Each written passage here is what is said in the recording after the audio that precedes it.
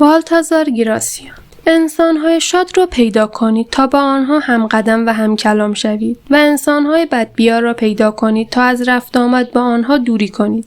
بدبیاری همیشه احمقانه ترین کار است و هیچ مریضی دیگری مثل آن قابل سرایت به دیگران نیست. هیچگاه کسی را که مطمئن هستید از دیگران بداقبالی کمتری دارد به حریم خصوصیتان راه ندهید. چون در این صورت بقیه بداقبال‌ها و انسان‌های منفی باف را هم به حریم خصوصیتان دعوت کردید. ممکن است تصور کنید اگر همیشه نزدیک یک فرد ناراحت و دلشکسته باشید، بتوانید به او که روز به روز غمگین‌تر می‌شود کمک کنید.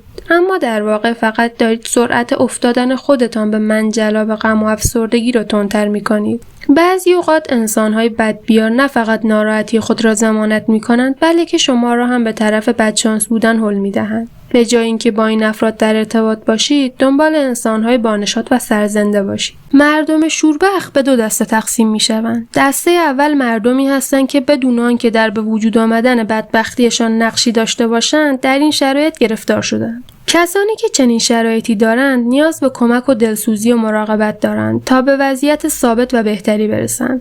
اما دسته دوم افرادی هستند که خودشان در شرایط بد به دنیا نیامدند، بلکه با کارهای بدون فکری که خودشان انجام دادند شرایط زندگی را برای خودشان سخت و طاقت فرسا کردند و به گروه شوربختان پیوستند. این دسته از مردم با افکار منفی و بدی که خودشان با آن مبتلا هستند روی بقیه هم تأثیر می‌گذارند و روحیه آنها را هم خراب می‌کنند. ما باید همیشه خودمان را از آدم‌هایی با این شخصیت و با این طرز فکر دور نگه داریم. در واقع اگر ما آنقدر توانایی داشته باشیم که بتوانیم آنها را از ذهن‌های منفیشان دور کنیم، خیلی خوب می‌توانیم روش زندگیشان را تغییر دهیم. اما در اکثر موارد همیشه این افراد هستند که روی دیگران تأثیر می‌گذارند و آنقدر افکار منفی به شما القا می‌کنند که شما را هم تا سطح خودشان پایین بکشند.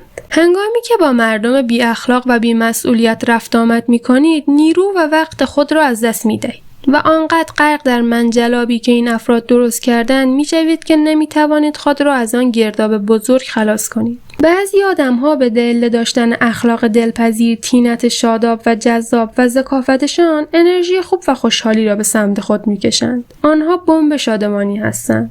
باید تا جایی که می‌توانیم با این افراد رفت آمد کنیم و در داشتن حس و حال خوب و شیرین با آنها شریک شویم.